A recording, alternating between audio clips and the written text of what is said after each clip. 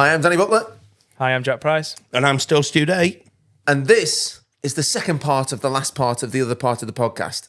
We've lit the fire because it was cold and we've put hoodies on, but now that's kicking in, we all might be stripping off. I'm a bit warm now. A bit warm. And this is a Trialtube podcast.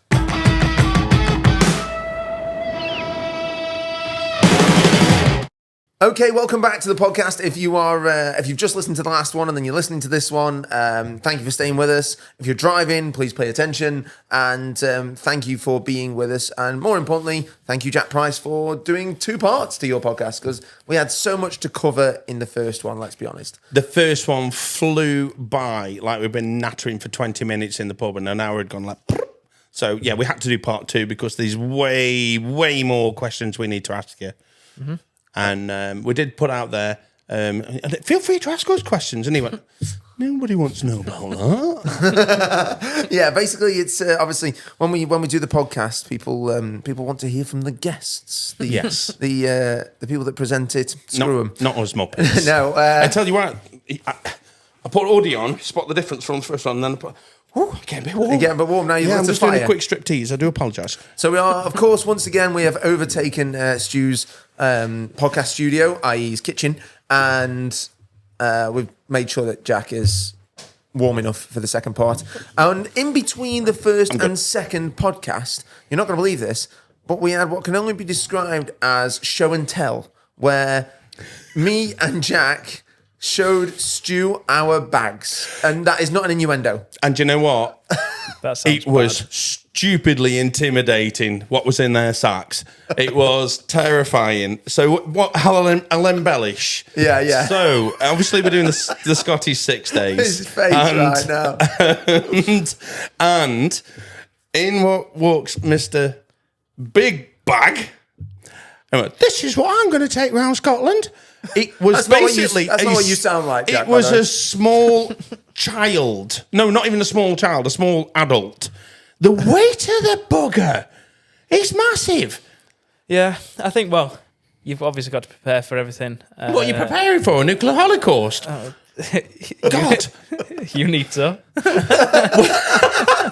So then Danny rocks in with his smaller bag, which was still weighty. It's not about the size, it's what you do with No, well, yours would definitely need a neater package. I haven't even started with my bag yet. It's just still in workshop and God knows what. Wow. Their tools are multiple. So to fill in the blanks, basically, Jack's obviously talking about the preparation for his tool bag, which he'll be carrying around Scotland on his back for 6 days. And with it being my first go round, obviously I've turned into some sort of boffin. And I was very, very I'm pleased to report that the only things I'm missing in comparison to Jack in my bag is a tube. Mm. And we're not going to mention other things in there you're not supposed to carry. That's not I realised I haven't prepared nothing. And it was a bolt of, oh my dear God. That was like being back in school when two of you have done your homework. It's a mobile and one of you has gone, workshop. Oh my God. I'm flabbergasted, and it's put a fear of God into me to actually pull my finger out and prepare. Honestly, I sat in my garage. It was very quiet. And I just looked at my bike and was like, I'm going to need that. Like, and as I was getting around, and It's difficult though, because you do have to draw a line somewhere. Like you can't take everything. Well, you're not going to take your vice, and that's the only thing you haven't got in yours. Well, if you actually put the bag in a certain way. Yeah, that'd be cool. Actually, I think that must take strain. Obviously, it's Danny and I's first time doing Scotland, and we've done road trials, and you take a little bit of a bum bag on a road trial, like Bemrose or whatever. That weight of your bike is shockingly heavy. That must take a toll on your body over 6 days. Yeah, I think it's when you first put it on, you think that's a bit heavy, but you've got everything that you need. You've got all your tool roll. You've got a few spares that you might, your levers and your foot pegs and whatever you might break. Got a tyre, bead, popper on a things I wouldn't have even thought. Canisters, just things that you're definitely going to need. A small bit of fuel if you needed it. And I think I couldn't take any of them things out now, because if I take them out, I'm going to need them. So I thought, and this is me being completely green, horn naive. I thought a lot of that stuff would have been taped to the bike somewhere. Yes, but what is Jack's reason for not taping it Well, to the he bike? did, yeah, What did he because say? he wants the bike to be light through the section. Well, it needs to be optimal at that point where you're riding the section. So Yeah. you need it all on your back. And in between the sections and walking the section, it doesn't really matter how much weight you've got on you or anything, because if you're making the time limit, it doesn't really matter. So you've got your more crossings, you're going to be tooling across, you park your bike up, you check your tyre pressures, and then you walk up the section and you put your rucksack at the end with the other 50 other rucksacks. Have you ever weighed it? No, but I would say it's 25 kilos. I was going to say it's between 15 and 20 kilos back. Which is a bog standard now bag of corn. Okay. I'm a farmer. Yeah. That's a bag of corn. Okay. So anybody put into reality A bag of cement. A bag of cement. Right. Yeah, a bag of cement. A big bag of dog food is less. So when you're in your supermarket, it's heavy. It's heavy. I think it's what you start your first day, your Monday, and you walk up the sections, you chuck it off, and you're like, Oof. By Tuesday it's a bit heavier. By Wednesday you're like, oof. And then by the time you put it on Thursday morning to walk to your bike in Parc Fermé, even then you're feeling it quite heavy. So here we go, viewers. I am going to start training every day with all my normal farm work with a bag of corn on my back. Yeah. You know, in the last episode where you said, I've been training too hard and I've been pushing myself and I'm going to hurt myself. And now I have realised I shouldn't be hitting great big rock steps or huge stream beds. I just need to walk around with a bag of corn. It would be probably quite useful for you. It would be quite useful. these are the things that people just don't know. I know, it shocked the hell out of me. Honestly, I'm telling you, I told you before, I've been swatting up. I mean, maybe all of my, shall we say, revision, like some sort of geek, isn't going to work for me. It's all just going to go peak tongue. You know what I mean? Nobody thinks you're a geek. Do they not? Well, Yeah, they they should do. do. Yes, they do. Yes, they do. I am Yes, they so out there. Wow, Yeah, see? Well, so... But there's so many things in Scotland that people don't. Obviously, you just look at your score sheets at the end of the day or end of the week, and you don't see what that rider's been. Every single rider has been through some sort of different week. Small war. Well, yeah, they've had some problem on one day, or they've been late on another day, or there's so many things that I've have even happened looked through. into the goggle prep. I'm going to ask I'm normally a very positive person. You are a very positive person. I'm going to ask probably the most negative thing I've ever said on here. So what's the fail rate? How many riders start?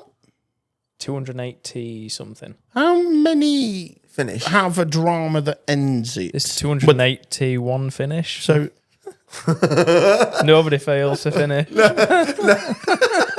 lying. He's massively lying. And like the amount of people that you see that are very good, well-established riders or have rode very, very well for a very long time, and then they get to like day 3 and just go, "Oh, this happened, and then that was that, and then that was that." And I was going to say, it's either bike failure or body failure. yeah. That is it. Oh, But Yeah. what is it? Do we lose a quarter of the field, a third of the field? Because it's not strictly about your time. Hopefully, you can get whatever's the problem sorted, so you can obviously usually get finished. And it's hard to know because quite a lot of the riders, even if they don't finish that day, I think they can start the next day. They just don't get a finish of the event, so they can carry on riding the event, but they won't get a finish at the end of the week. No.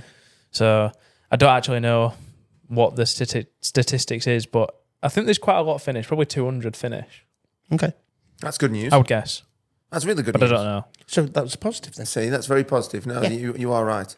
Talking about prep, I've even looked into goggle prep, which I know that you will understand goggle prep as an enduro rider.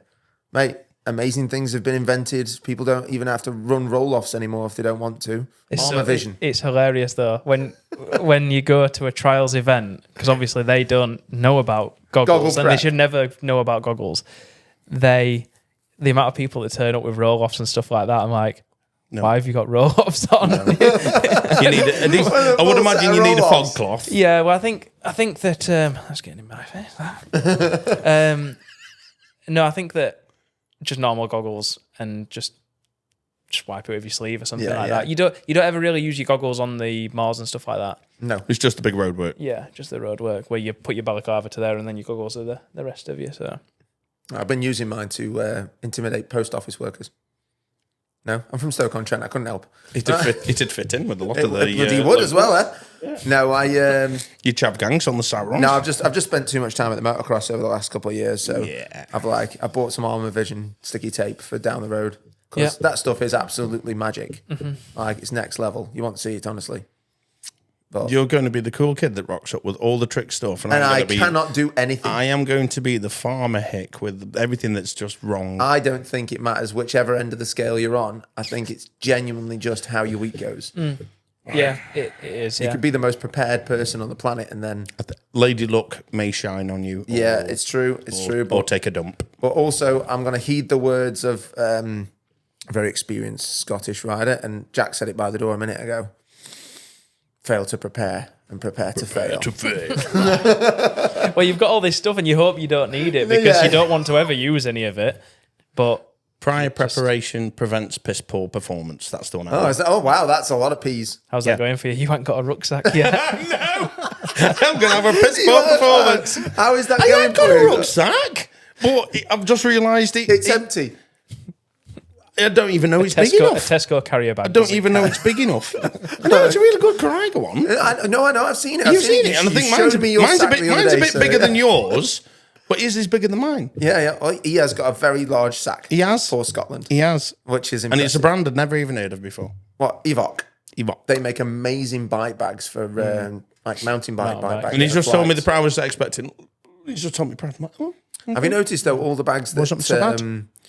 That like the one that Jack's rocking and the one that I bought in before as well. All these bags that people are using are like thick Cordura, like hefty bags. Like even if you did have, shall we say, an off. You're going to? Like if you had an off somewhere, it's the bag tough. ain't game rip. It's a tough bit of kit. It's got a back protector in that bag as well. Oh, mega. Has it really? See. I'm having one of them. I'm trading up. Mine hasn't got a back protector in, but I was going to wear a back protector at Scotland. Because I've heard... Will that make him overheat? No, I'm only wearing so many layers. I've even done base layer. Could be fairly uncomfortable by the end of the week. Could it? Could be a bit of chafing. I'm buying a bag with a back protector. Oh, yeah? Yeah, I've just been told by Pro. Right. I've got a back protector that I like, so I think that's... As long as it fits in my trendy coat, under my trendy coat, that's all the problem. Your purple trendy coat. My purple trendy. I'm not wearing a purple coat. Are you not? No, Is I'm that not. why you're getting your wear out of it now? This is 100 quid. Yeah. I'm fashion wearing my statement. expensive coat inside your house. He's actually really warm, but he just doesn't want to take his I'm not. coat off. I've got base layer on. Fuck off. I can't say that on the podcast. So, aside from Scotland prep, because we've gone down a rabbit hole about Scotland there, which is very, very easy to do. In this episode, we were going to touch on a bunch of things that are happening in the trials world to get Jack's take on it. Because in the words of Jack earlier on, he said, I think this might have been off camera, he literally said, I don't care. I'm not riding that anymore. So so he can pass a little bit of judgment. So the big one, obviously, is the new not even suggested, there are going to be the new rules for this year's World Championship. So that's 1 minute in a section.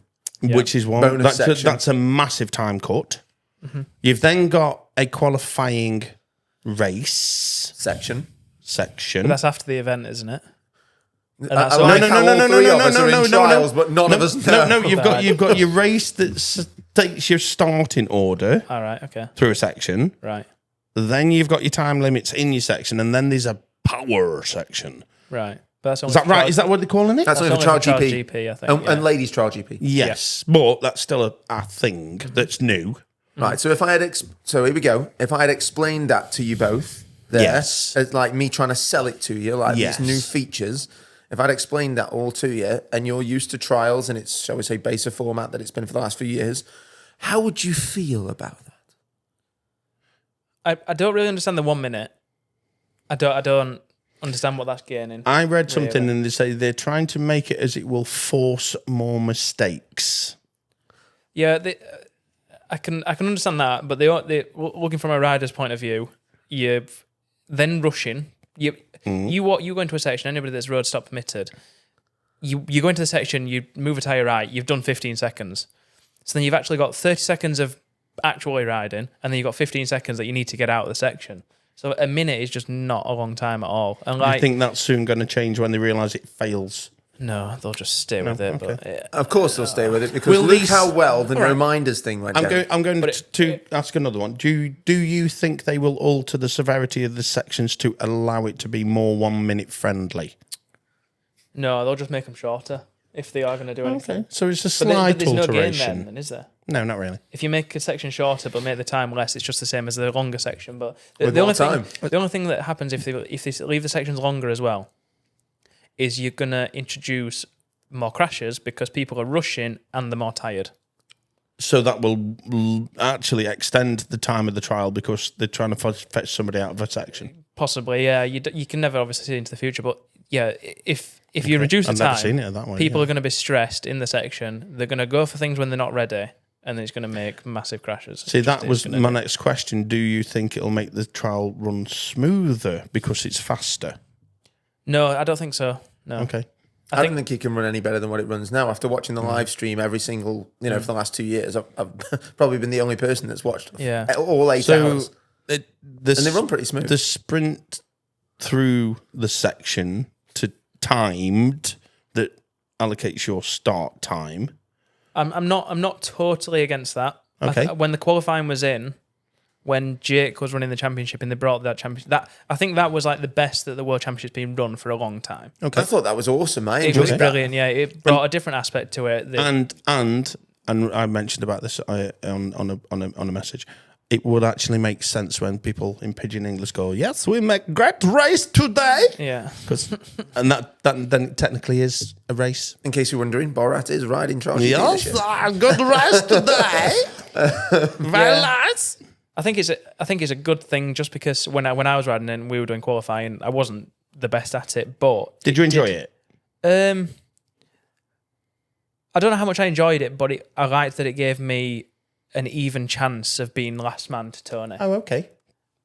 It leveled the playing field very nicely. It did, but then obviously, more or less, it would kind of go to what it usually is. Tony'd usually be fairly last, if not second to last. But then you might have, for example, Adam Raga or Fajardo or something that might make a mistake. So instead of me having, obviously, if they reverse the field, worse riders in front of me setting off, you might have a Gironi Fajardo or a Raga, and they'll have to ride in front of you because the time's the time. Yeah. So then that made a big benefit to me because You you've got could a top see their rider. lines, or you you've could, got a top rider in front of course, you. yeah. And also, there's so many aspects with the World Championship at that point because it was non-stop that when a top rider goes through, observers are more lenient. They just are because they don't want to give the top riders a 5. So then it relaxes because the first riders get the worst because they're the strictest at that point, and then they let a little bit more go, and then a little bit more go, and then a little bit more go. And then by the time Tony comes, Oh, really? who's the best rider, Yeah. he gets the most amount of time. That's just my perspective. But I when like you've got a good rider go early doors, it means that they're kind of bit worried to give them a 5 because they don't want to give Adam Raga a 5 and him kick off. So then it means that's almost like the level that they've set themselves. So then you actually gain a little bit more time than you would have done if there would have been no top riders. Just a quick question. So in stock car racing, the best ride, the most championship points of start at the back of the grid. And if they want to win that race, they've got to. What if they did that with trials? So it was if Tony is winning, he's got to go first. They did try that. It didn't change the result at all. Oh, right, there you go then. Right, that completely cut the job up. Yeah, it was. I think it doesn't really work from a fan point of view either, because you've got your best rider go first, who makes it look probably easy, and then everyone else, and then everybody just gets it diminishes the challenge of the section. So the sections didn't get easier. No, and also the crowd then goes with them as well. So then instead of standing around and seeing the other and riders, ultimately, it builds up to the best ride probably, and then obviously the next section is the same effect. Whereas you get the best it's better ride for the spectators straight. to be the way that you mean, not the Yeah. other way. Ultimately, I think the reason why they've done these changes, so you've got the qualifying race, you've got the shorter time in the sections, you've then got this power section. I don't know why I keep doing it in that accent. Power section. I feel like when they put all the branding out, I feel like that it was meant to be like that. I think what they're trying to do, and I hope their plan works, they're trying to get more people to go to the rounds as spectators because it's making it more interesting. And I think they're possibly trying to make it more television friendly. Because if you watch trials on television, wow, is it piss boring? I mean, is that my opinion? That's only my take on it. Are they trying to get it more Are they trying to bring in a bit more razzmatazz? I'm not opposed to change. Like I'm all for change. I think that's what helps the sports grow and stuff like that. So I'm all for it. But that bonus section at the end, I don't understand how. I think you're going to lose so much. Where, for example, we'll use Tony. Tony finishes the event. He's scored the least amount of marks. He thinks that he's won the trial, and then they have to then go to this bonus section. Yeah. And also, if you have a mega ride, say, I don't know. And that's solely for championship points, isn't it? Separate championship points. Right. I don't know. I don't know the ins and outs of it. But I mean, bless Busto, he ain't got a bloody prayer, has he? But then you've got... His riding's mega, but, he's going to get to power section, go to pieces. Like an indoor. Or will he... rise from the ashes like a phoenix? I don't know. Is that adding something that we don't know about? I don't know. It's going to be interesting to see how it pans out. Yeah, see how the first one. I'm actually kind of really schoolboy giddy. I'm with Jack about the time limit in the section. I mean, there's nothing wrong with having a time limit in the section to get people moving, but 1 minute 30 was on the cusp, and I think a minute is just absolutely bonkers. They're going to have to World Championship level. They're going to have to mental. make the sections. The first world round will be a big learning curve for the rest of the rounds. But then you're giving your spectators just less to watch. That's all you're doing. If you reduce the time, reduce the sections, you're just giving less riding time. But will they see more riders? No. Oh, okay. I think by making it a minute in a section, it's that people always moan that Trial GP is already very elitist, and I think if they've just taken the sport to now a minute, all they've done is like sharpen the edge of the knife. Yeah, do you know what I mean? Tony will just be further ahead probably. Yeah, because he's the only one that can put that level down at that speed. He's a better rider who executes things more of the time. Yeah, better muscle memory. Better muscle memory. He's probably fittest. Yeah.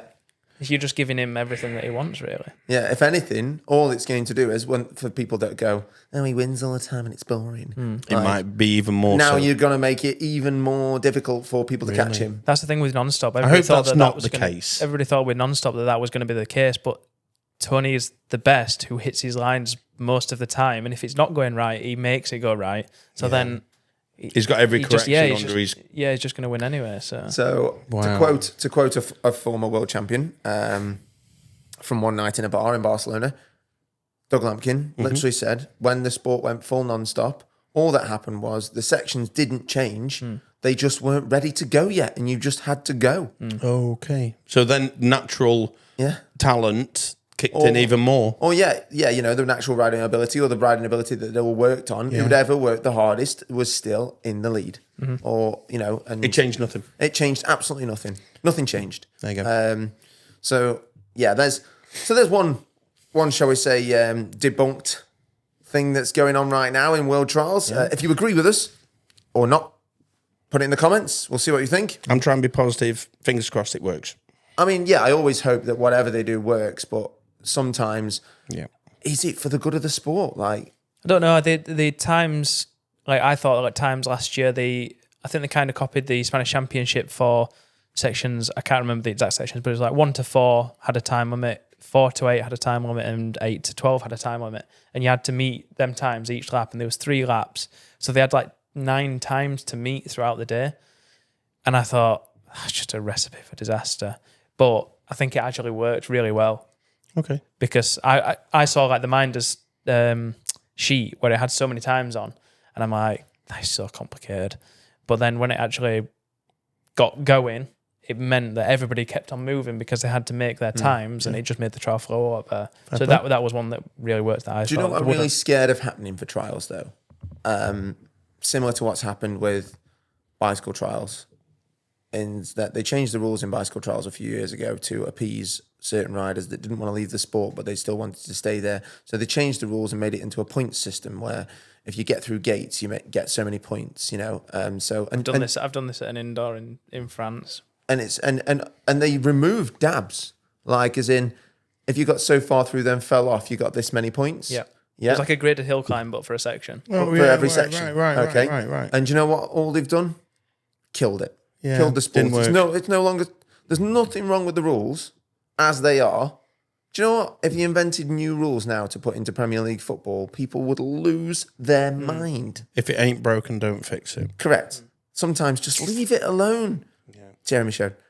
Like, leave it alone. Stop it. Step away from the gun. Do you know what I mean? Like, they can't help themselves. Every year they've got It's human nature to fiddle with shit, though, isn't it? Yeah, I know, but sometimes, it'll just get infected, Yeah. In the words of my mum, stop playing with it. Stop playing with it. Yeah. So You'll go blind. I think they are losing their mind now. Other things that are happening in this World Championship. I've got my take on it. You've got your take on it. Go on. There's certain riders that should not be in Trial 2 that have just come from GP on other machines, and it's called, in my view, sandbagging. Oh, you're on about pot hunting, aren't you? Right, so...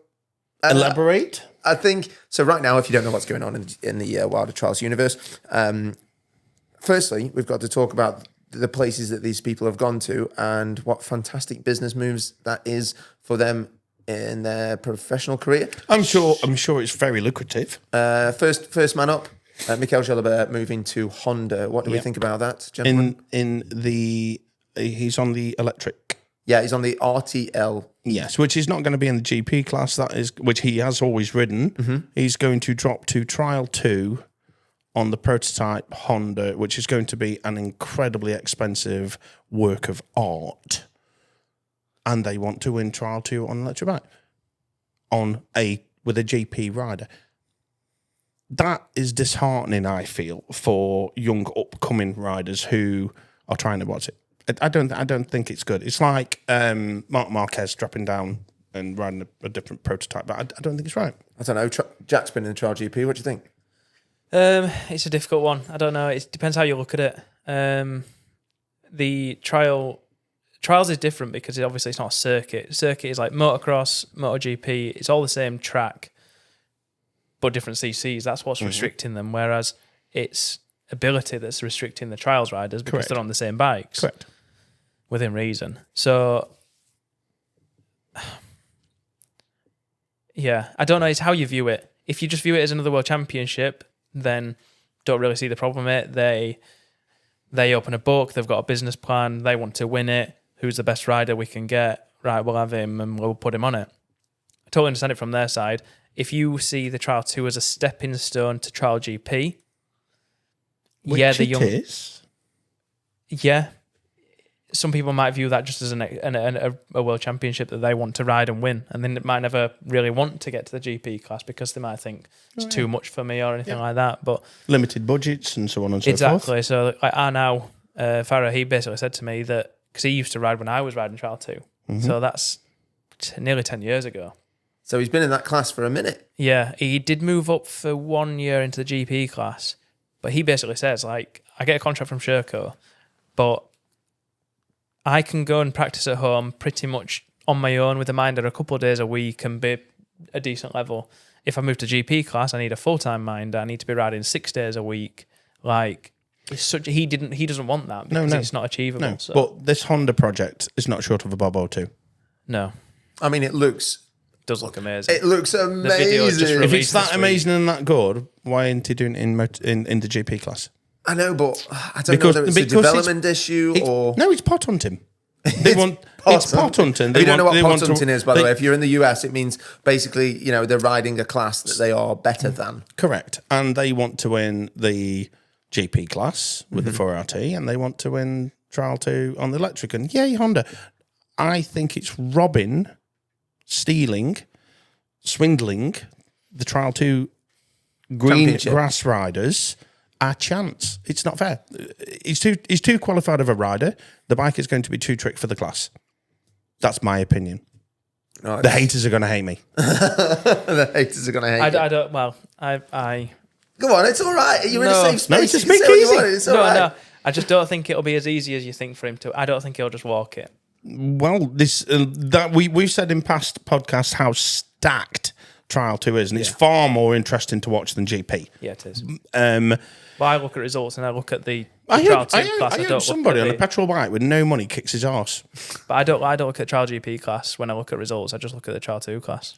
Yeah, Because I'm interested in the riders that are doing it, like the Hemo brothers, like they're obviously riding both this year and stuff. But it's people I'm interested in, and you've no idea who's going to win. That's why Supercross is so good, because I turn it on a Sunday morning to watch it, and I have no idea, because I try and stay off Instagram, and I have no idea there's 6 people that can win that race. Yeah. And that is called good racing. That's good racing. Or That's good competition. Sport. It's good sport. But I think I'll have a harder time than you think in that Trial 2 Really? class. Yeah. I hope you're right. I think. And then the other... I was just going to say, it is definitely the class that's going to be stacked. That is stacked. Not going to be. It is already stacked. Like, no lie. But we've just had a new addition to the Trial 2 class, according to the pre-entries for the first round, that Benoit Bincaz is going to be on an electric motion. He was on the Sherco, but he is going to be aboard a French brand. Yeah, again, GP motion. rider stepping down. I agree. They may well find it a little bit... They're not going to just be a walk in the park. I think the Honda bike's going to be something phenomenal, personally. But Trial 2 should be more televised than GP because it's way more interesting this year. I've asked Interzona about covering Trial 2. What Trial 2 is... if I was to watch Trial 2 all day, I'd be like, this is awesome. But that is real trials. Oh, yeah. And we're not knocking Tony. He is a god. But, wow, it's made it boring to watch. Because we know the results. We already know the results. We do. Yeah, I think if you're not watching the actual event, it can be that, Tony's won again. But when you're actually there to see Tony ride is the most mind-blowing thing you can...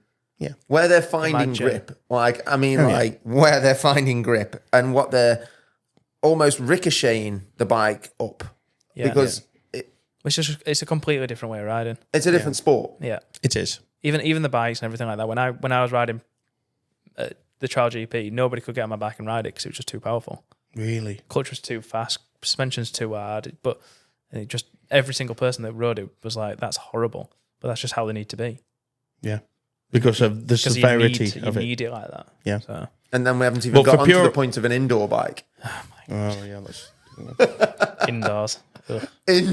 Indoors. Like, I feel like when you speak to somebody that's rode an indoor, like you, Jack, or been to an indoor and been on the floor, indoors, the sections really are really big. Did you enjoy riding indoors? Was it? No, I love the honesty of that.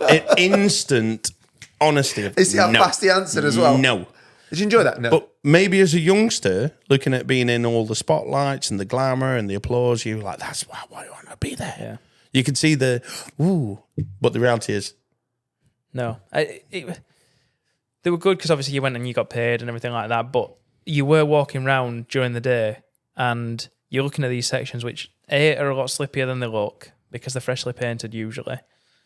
Normally on an ice skating rink as well, that's freezing cold. Yeah.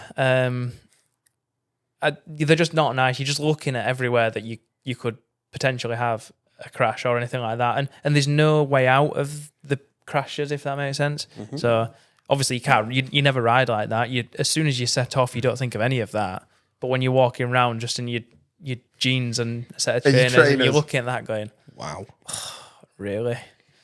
Do I really have to ride up that? But it's good when you get going, but then, and the adrenaline.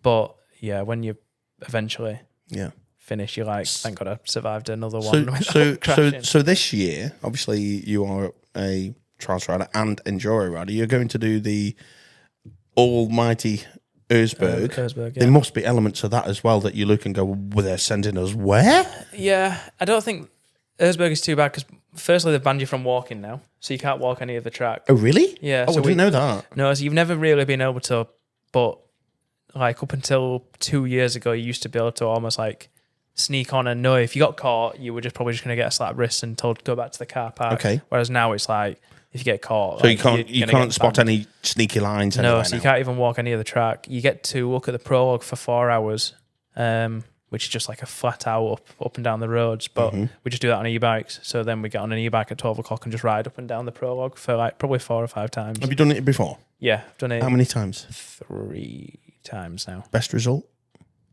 What?14th. That is incredibly good, by the way. That is How many entrants at Erzberg? 2,000. Lovely. Now that is a start gate you really don't want to be on. It's 2,000 enter. It whittles them down. It's 2,000 enter for the prologue, and then there's 500 qualify for the main event. Yeah, which is 10 rows of 50. Can you get your head around that? I can. I love this event. Only It's bonkers because to watch. It's brilliant. Well, Jack's been there when we've done it. Jack's done demos there when we've done Western Beach Race in the past. Obviously, at Western, almost 1,000 riders go off off the gate. I say off the gate, but past the fencing, and the noise, and roar, and the shake of the floor, and all of that malarkey. Yeah. I remember standing next to Doug Lampkin. It could have been you as well on the wall. I think we were on the wall. Yeah, and Doug just went, "You couldn't get me on that beach if you paid me in gold pigs." Like, do you know what I mean? Like, you're like, do you not have to do his accent? What the hell? You can't pay me to get on that beach? What the hell? Everybody, that's accurate. That is accurate. Everybody's got their own Doug Lampkin impression. I think I did this. He gets really annoyed at me when I do it. But the thing is, I haven't got an accent. Yeah, see, another one there. I like doing Adam Ragger's impression of Doug Lampkin. Oh, we don't need that one. That is my favourite one because Adam Ragger's impression of Doug Lampkin is really good. Believe it or not, you and I have got an accent. I'm going to ask you a question. Go on. I'm going to ask you both a question. Go on. Speaking of Adam, and I know we're not going back onto the 6 days. What do you think of Adam doing the 6 days? I think it's fantastic. Do you know what that screams to me? Bucket list tick. I think he's always wanted to do it. He's rode it. Has he? Yeah. When? The first time I saw Adam Raga was on the Andorran Gas team when it was Gas sponsored by Andorra. And when Geordie was the boss there. Yeah.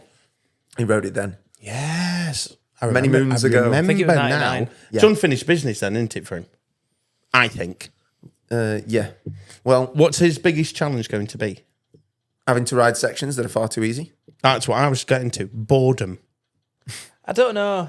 There is a few sections like that, but personally, I think that I finish a day and I'm quite surprised, even for myself. I think, what the hell, I've rode around there for like 2 or something like that. It like quite surprises me. And at the end of the week, I definitely think I've rode all of them sections and quite difficult sections at some points. And I can't remember, I rode 17 last year or something. I think, what the hell, it's not a lot that you can't make many mistakes, but no. Oh, trust me, I'm going to make a world of mistakes. I don't know about Adam. I think everybody's got a different perspective. Such a good question. Everybody's got such a different view, though. That's the thing. And how cool is it for us? We're going to ride an event with Adam Raga. I think it's we might great not even for the see event. him all week, mate. We might not see him all week, but it's still cool. We can say we have. You won't see anybody. You literally see the same 20 people, and that's all you see for the full week. That's it. Okay. Because you're obviously setting off at the same time. You ride around in that group all day, and then as soon as you get back to the car park, you fettle your bike, chuck it in, and the last thing you want to do is hang around there. So you just bugger off straight away, and then you just repeat the process 6 times. So you only see the same people. You don't see people all week. There's always think chat. of it that way, do you? There's always chat in the ether, shall we say, in the wider internet about how do you think Tony Bow would do if he rode the Scottish, or how do you think Adam Raga would do if they rode the Scottish? Win. It's going to be answered. And you know what? This year it's going to be answered. Win. It is going to be an epic week. Adam is going to be taking this incredibly seriously. He takes everything incredibly seriously. I know he's on a fight tomorrow. Is he? Is he? What, coming here? He might be coming practicing, yeah. Really? I don't know what I mean. Like, when you think to yourself, he's doing the right thing. Yeah. That's what he should be doing. I think when it was just interesting when you see all the Facebook comments and stuff like that. It makes me laugh. But you're looking at it. Adam is the best rider by far, really, to go and ride the 6 days. But is Adam going to be the best rider at the 6 days? That's a very interesting question, and I don't know the answer. So all these people on Facebook, and that's what makes sport great. Albert Cabastani said to us when we were out at Gas because the 6 day conversation came up, and he was literally just like, "This is not the same. It's not the same sport."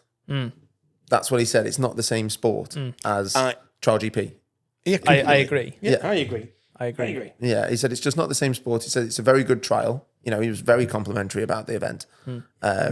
But in that moment, he Much like the Scott trial. It's a whole, and that's different again. like Yeah. that's it, he just said it wasn't the same sport. So I think No, it's a whole different so. thing. Obviously, there's a lot going on. We've got a lot going on internationally in the sport with people moving down into Trial 2. I think we can all agree that Trial 2 is the class. That's the one I'm watching. That's If the we one can, I'm if we can see. following. Well, Well, you can't blame the riders though, because the riders are just going where the money is. That's the only thing. Binkaz won't have wanted to have moved to Trial 2. No. The only reason he's moved to Trial 2 is to keep the dream alive, and he was riding a bike for a living. that's interesting. That's the only reason he's really gone, because Yeah. if he had a contract to stay in GP, he probably would have done.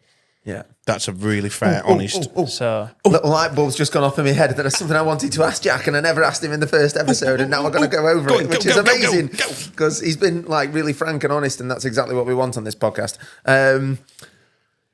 So when young trials riders, obviously it was different for you because you said you found out a love of trials, etc., etc. But do you think there has become a trend of trials riders leaving to go to enduro because they think the grass is greener? As in, ka-ching. yeah, no, I would say that people leave trials when they think that they've exhausted trials, and there's just another avenue that they could potentially get something of. I think that's the reason. You don't think money's an influence? No, because I don't think that it works like that really. Oh, okay. I don't think that enduro's definitely when I moved from trials, I thought people were just going to throw boots and everything like that at me. And to be honest, my sponsors stayed good with me, but I feel as though quite a lot of people move across thinking that they're going to get loads of different stuff, and there's so much to learn, so many things that don't cross over. Is there more money in enduro?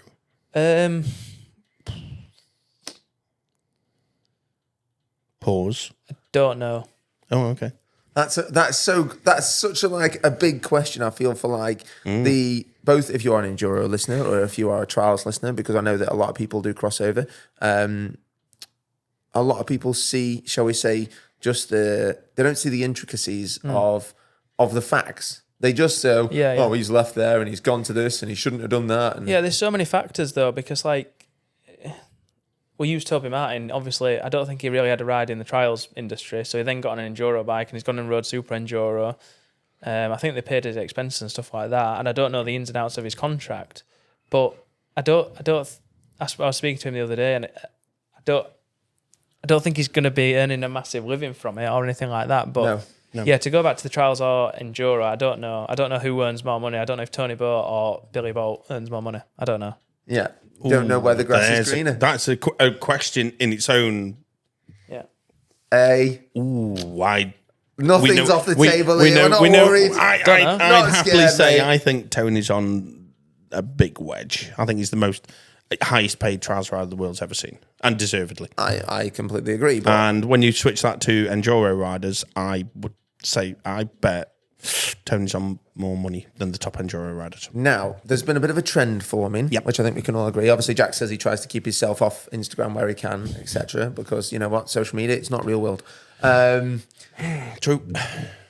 Have you noticed that there started to become sniffs of Tony Bow riding enduro bike and then doing, shall we say, little jibs, bits of trick riding, and then Billy Bolt having to answer said trick riding jibs, which I think Billy, as always, rises to the challenge fantastically. Do you think at some point there will be Tony Bow on the big bike? Versus Bolt. Well, versus Bolt. I mean, Bow versus Bolt. That should actually bike. be a pay to watch, like these big boxing ones. that should be fantastic to watch. Place your bets. For Super Enduro indoors, I think it'd be exciting to watch. Well, you know that think Tony would give it 10-10s. I think Billy would absolutely annihilate. I agree. Yeah, so do I. I agree. It's all right doing jibs and that, but Yeah, like, of course it is. Like he's right. To be honest, it's really impressive what Tony does, because he's actually riding like a motocross bike, doing the trial stuff. Which I've had a motocross bike. They are completely different to enduro bike even. So it is super impressive what he does do, and I think that what that video was of Tony and Billy. I think it was just Tony did it, and Billy just probably maybe not stumbled across it, but knew where it was and just thought I'll go and do it and it'll just be a bit of a laugh and stuff like that. I don't think it'll be any It more. sort of than went that. semi-viral, these videos as well. They did so well. Yeah. I love it because we know Billy's got such a mint sense of humour anyway, so it's like, yeah, I can do that. Bugger it. Yeah. I love it. I love it. Yeah. But yeah, I don't know what the cross. I don't know. Tony's never going to move across when he's world champion and obviously earning a lot of money. So, and I don't think he'll want to smash himself to bits when he's 40 either. No. Yeah, we're never going to see it. You don't know, do you? No, you I don't. think he just loves trials as well, Tony. Correct. Yeah. And that, in many, many ways, it does make him the advocate of being the perfect world champion, because when people talk to him and when he has interviews at the end of the Trial GP, you know, and you know, we cross over live to Tony, you can see that he's so happy. He's a role About model his win. sports person, is what he is. Like, even if it's gone complete, he said something really smart last year. He was like, if you're not first, you've got to be second. And if you're not second, then you've got to be third. I thought you were going to go into Talladega Nights then. No. If you're not first, you're last. No, I don't think he's Ricky Bobby. No, he's not Ricky Bobby. But in that, you that's have to his fight. mentality. Yeah, it's all about the championship. Fight. And you hear that a lot with, like, again, Supercross. Yeah. That's why he's so successful, isn't he? You know, a championship isn't won on one night. It's won over multiple nights. Talking about one night, Jack did some indoor extreme enduro for Paul Eddy's event. Yep. And Did won you? on one night. Oh, I wonder where you were going about No, that. you're all right. You're right. Don't worry. Yeah, did that up in Newcastle. It's I did it last year. I did it this year. It's they do like a national class, so you can ride it with your ACU license. You don't have to sort of get an FIM license or anything like that. Was that a more enjoyable indoor experience? Yeah, compared to the it's good fun. It is good fun, that one. Okay. But yeah, because there's no pressure, is there? It's just I'm going to ride my bike and race with my mates, really. And you didn't feel pressure? No, not too bad. Obviously, when you're getting onto the starter gate and stuff like that, you're getting your 15-second board. Okay. Yeah, that's when you're starting Because to get a that bit. class that you were in was literally stacked with your mates. Yeah, it was. It was just all my mates just going racing, basically. But Oh, that's a giggle then, isn't it? I would like to go in the Prestige just to sort of Mix be it up and see amongst where it. you were. But I think it's £1,000 for a license, and then you obviously need your medical and your eye test as well. Oh, it's a big do. I'm only doing one race in the indoors, so it's just not worth me doing it. But Well, I was going to ask why you weren't in the Prestige class, Yeah. because obviously I know that you're riding level from in the national championship and stuff like that. So I was just kind of like, why is Jack in the national class? It and not in comes the down to Prestige? that again. But I didn't know the ins and outs, and now there you go, I do. All comes down to till. See, you cannot just easily, you know, I like guess. what people this, do guess quite a lot. As they well. do guess, yeah. They're like, oh, you shouldn't be in I that like, I class. like And that I'm this like, I podcast need to is know giving that- education to. I just learned something too. Yeah. It's not just a case of there's your invite, away you go. Well, that's how the honesty bit works. Like Yeah. when we do these, we try and get down to the nitty gritty. You know, it is exactly what it is. Yeah. Now, How? go on. Obviously, newlywed Yep. and happy as a pig Yeah. in every best pigsty. How important is it having obviously your good lady alongside? She must be your biggest supporter. And Yeah, it's quite funny because when we met at the start of 2020. So it was like COVID year. Went to a few world championships, but then retired. So Yeah. she never really came to any trials. oh, really? So she doesn't really know the trials world at all. She sees Oh, you you've as an married a normal. I have done the same. I have also married a muggle. me. Well, I'm not married, but yeah. Like married a non-bike person. Yeah. So Bruce me, I'm slowly brainwashing. and basically we got together, and then I started enduro, and then we went to a few enduro races and stuff like that. And she enjoys the enduro side of it and Erzberg and everything like that. And then it's so funny because obviously Scott was the only trial that I did for a few years, which is the Scott's like exciting. It's a really nice weekend because I've got a team of quite a few people now. It's an enduro sprint help. on a trials bike. Yeah, isn't to it? help with it. So then we go up on the Friday morning, and then you're doing X, Y, and Z on the Friday, and then you're going out for a meal on Friday night, and then you obviously it's race day Saturday and the presentation. Then we usually go for a Sunday dinner up there and stuff, and make a proper weekend of it. Yeah. So she really enjoys that weekend. But then when you take her to a normal trial, Here we go. she's like, This is boring, isn't it? Oh no! This is boring, isn't it? You've not done Scott trial yet, have you? No, I've She been, probably you know- doesn't phrase it like that. yeah. You did a stealth entry on the Scottish with me. I'm Yeah. going to do the same with you. We're both. Oh, gonna do yeah. this. Oh, thank you so much. Yeah. Do you want to know the real reason why I don't do the Scott? Because it scratched my bike too much. I would scratch my bike too much. How do you think you're gonna like survive getting on a dirty bike after like day 4 of the 6 Honestly, days? you're going to see me shaking in a corner in Part 3, mate. Like, OCD You're completely. gonna have a pack of Wonder Wipes out, aren't you? I put it away dirty. I put it away dirty. like You're getting like no, Rain Man, aren't you? no, Just mate, rocking. I'm acclimatizing now. I rode on Sunday and I haven't washed it yet. So there you go. Is that all part of your So training? I'm going to do it after this podcast. But literally, I think... no, I'm just going to have a new bike after the Scottish. Because nobody ever does that ever, right? I'm No, buying. no, we've all ride the same bike all I year. am mid still decision what bike I'm doing it on, and it will be pretty much brand new, and it'll be for sale straight after it. Oh, yeah. Jack said earlier on that he really likes e-starts on do. bikes. I actually do. When I cross over from enduro and get my trials back, I go to press the button. Obviously, there's no button there on a trials bike, so then I have to kick it. Mine's bloody well Yeah, going so tough. he's having an e-start TRS for the Scottish. he says. I'm hoping that I'm going to be doing it on a 1RE, which has got the lighter clutch, the softer engine, And a button. and a button, And a magic Because button. my knees, I know I keep harping on how shocked they are, but they're really. What, have you got a bad knee? I've got. I didn't know about that. I'll tell you about that. Yeah. Please don't. So yeah, I'm going to try and make my life as easy as possible, apart from lugging a bag of corn on my back. To be fair though, when my bikes after Scotland are never bad. Really? No, We hear horror stories I don't know where from. See, everywhere. They See, usually this run is- really good because they've like been down the road and had a good clear out. see, that's the thing. When you do like a long road trial or whatever, you know, the next day when you go out Okay. practicing, They feel Feels oh dead my crisp. god, it feels mega. Like, because you've burnt all the carbon out of exhaust. so I'm really looking forward to. See, okay, so I don't like the idea of my bike being dirty. Yes, Yeah. that will bother me, but I am looking forward to getting on the bike the next day and it being crisp. Like that will really appease my OCD. I'll be like this. Listen to that, you. Like, yeah, it'll sound mint. Well, It's, like last year, I did. Obviously, you set off with new sprockets, chain, new front and rear tire. I do a new tire, rear tire every day, and then a new front on Wednesday and a new chain on Wednesday, and that's Okay. it. right. That's all I do. That's good to know. I'm glad you've just said that on the podcast, which I'll be editing and then Top tips. be making a top tips. We've got a little bit of time left. Also, when you get to the fuel stops, try and put chain lube on every single time. Don't think, really? oh, I can't be bothered. I know Just we do had the it top every tip time. of make sure when you've done your more crossing, brush your you rad out. Yeah. your rad out. I'll go through a load of puddles on road. Yeah. Okay. Yeah. So, also for people that don't know or might be doing it for the first time, carry a little chain lube, or they have chain lube at the fuel stop. No, they have chain lube at every fuel stop. Do they so, really? Yeah. Okay. See, these are things that like people just wouldn't know unless you've done it. Fantastic. That's why we Chuck it on asked the side stand, questions. keep it running, push it over, and just spray your chain. Give it one of them. Say, Don't put your finger in it. yeah. Oh my goodness, we've known plenty of people that have done that through the years, or people. Don't have a double cheeseburger at lunch as well. What? They offer you a cheeseburger?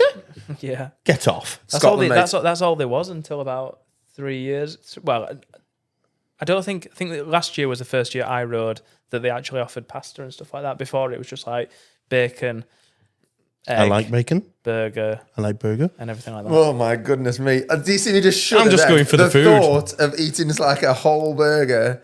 I mean, I eat like a small hamster anyway. I couldn't but do the like, white fluffy buns. That gives me indigestion now. I've got to that age.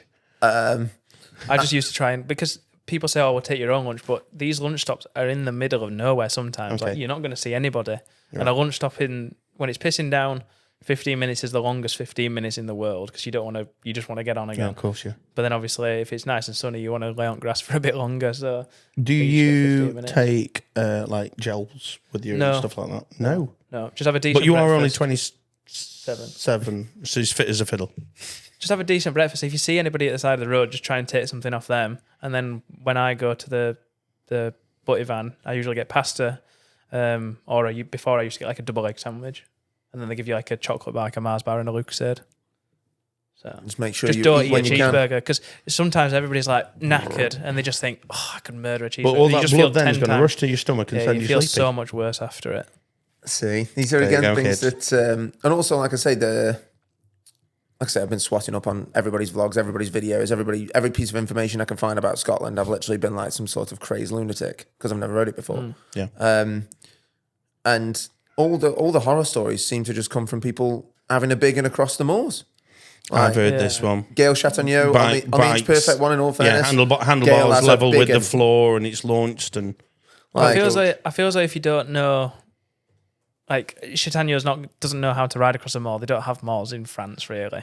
Well, that was So- also a thing on that documentary. You feel can as though see if him you're fairly struggling to get across the grass. Yeah, I feel as though if you're fairly sensible. it's George. I feel as though if you're fairly sensible. What is your most memorable get off or fail that you've actually it spat you over the bars, but you sit laughing or something? I've had a big one at the Scott, like a really big one. I had a big one at the Scott too. One of them where I was cartwheeling along thinking, this bike's going to be absolutely knackered. Did the bike land on top of you when it came to rest? Because No, that 4RT on mine did. I had a massive one over at Moore's. It's about 20 metres down the road. And it ended up sliding down, face first, down this hill. And I could hear it. And then it landed straight smack on my back. And Ben Butterworth rode past going, you all right? And I went, not really, no. Oh my God. But at that point, you're pushing on, aren't you, in the Scott? Yeah. But yeah, the 60s just don't rush everything. Just as long as you get to your section, park as close to the front of the section as you can. So if there is a load of people, you're at the front of the queue. Okay. Walk up the section, have a decent look on your way up, drop your bag off, walk back down, keep on turning around to look where you're going. Maybe have another quick look up and then just get on your bike and ride it. You won't be too crack far on. away with Don't- that. don't You'll see spend a one rook of person time. ride the line or Yeah, whatever. It's happening. there's with Scotland, there's a continuous people riding all the time. Okay. So you'll never be waiting. for Don't people. waste too much time on the ass section. No. See, this is That's where you waste your time. Yeah, and if you get to a hard section, maybe do spend a little bit more time. Where- But where- know that in the next few sections, if you get to a few easy ones, you might have to ride them a little bit faster than you want to do. Where just to can you up make some time up? Not on the road. Not on the road. The road's just the road. You're just going as fast as the bike will be happy to go with. Yours?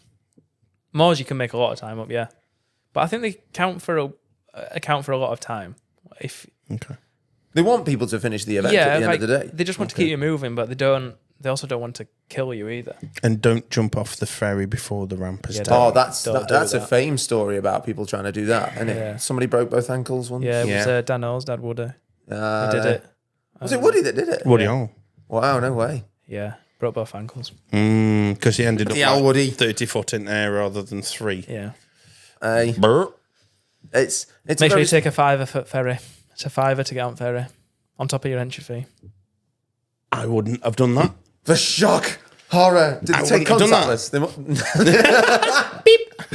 They don't have contactless. It's Scotland, Take a mate. It's in fiver. Scotland. So you know your bag that you packed and you got everything perfect. You haven't got a fiver in it. have I'm you? going to put a fiver in Yep. now, right now. I'm I don't carry cash, but I'm going to. You've got to. I've got to carry cash in Scotland. You've got to carry cash. Talking about Scotland, we are going to try and do a podcast every single night. Yeah. From the house in Scotland. Yep. It will be me, you, and Jack Dance after our day. Yep. And Telling our stories. telling our story of the day. If there are riders around that.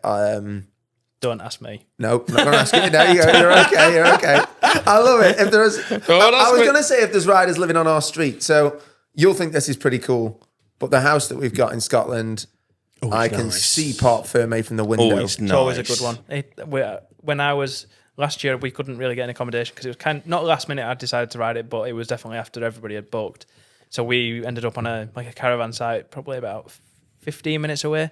But when I was riding before, I always liked to be within walking distance. So if the van didn't start in the morning, I could still walk to Port Ferme. Yeah. Yeah, see, Our enthusiasm will slowly dip. And I as think the week every goes on. day. Because by the way, it's not going to be as produced as this. There's not going to be like 3 camera No, angles. it's just gonna be It's going to be raw. 1 camera angle. It'll have good sound, yes, but I'm telling you now, I'm just going to export it and upload it. Yeah. Like, But it'll be giggle. it ain't going to be shiny. And it'll No, be it'll be very good. truthful. Be good. I'll be like this.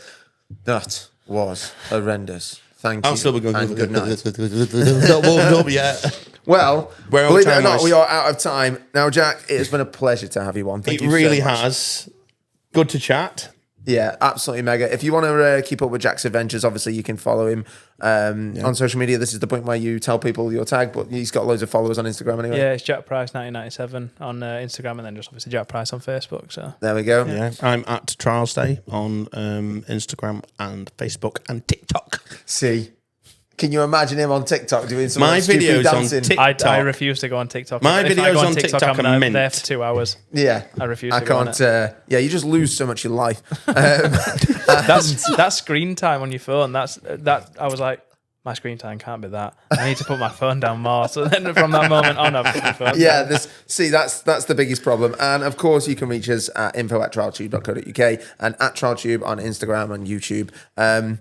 Obviously, our main platform is YouTube here, but you can get these episodes on Spotify as well and on Apple Podcasts. But boys, If you want to sponsor an episode, you are more than welcome. yeah, get in touch if you want to sponsor an episode. This one was a roll-on effect with Kamiomoto. Yeah, definitely. I think you're good at getting a twofer, in here, Rich. I know, right? Oh, amazing. I know, right? Might get a free bottle of oil next time. Well, maybe. Well, in all fairness, I once did a competition. spends a They give lot me a of- tenner for winnings. He sends a lot of people my way work-wise. He's a good lad. Yeah, he's a very, very good lad. He does. But yeah, we're going to wrap that up. Thank you for watching and listening, etc. And see you next time.